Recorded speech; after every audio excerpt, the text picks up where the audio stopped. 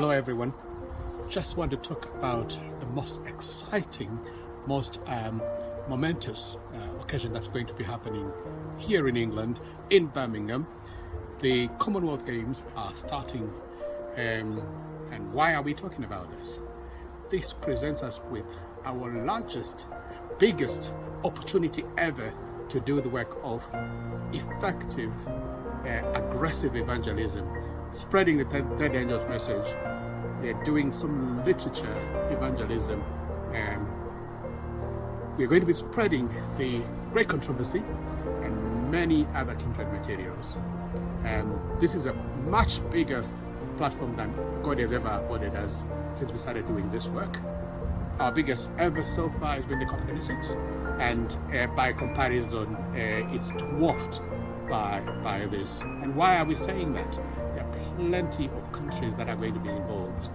So far, more than 1 million tickets have been sold out of the available tickets of more than 1.5 billion.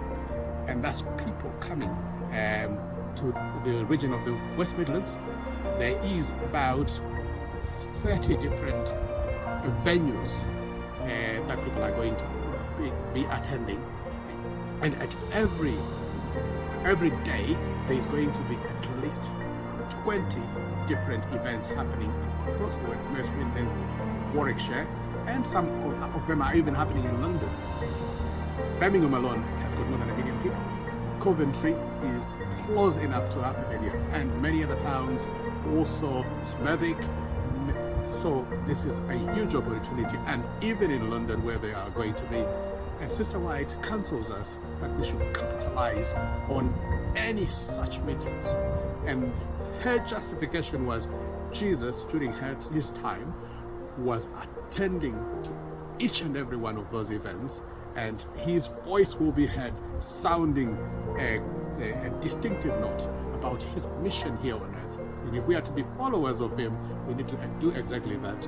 And our ministers and our gospel workers will need to be in these places, giving out materials such as leaflets, books, booklets, which carry the message of our time, particularly the third angel's message, even three angels' message.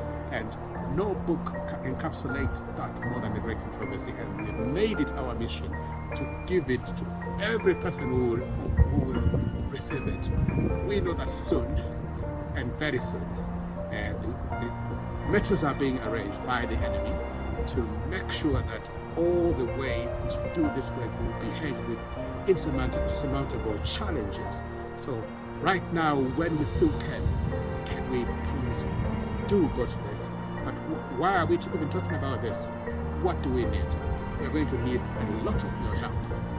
And God is appealing to those people who have a burden for souls, and people who have resources, financial resources, to buy as many of these books that people may have them, that when the time of trouble comes, they will be aware of these things and they will make decisions on the right side of God.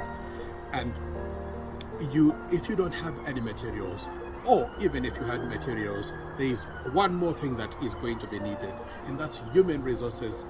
Remember, I've already said 20 different venues. We can never have enough people to cover those venues. But the more people are going to enlist in this marvelous, momentous work, the better.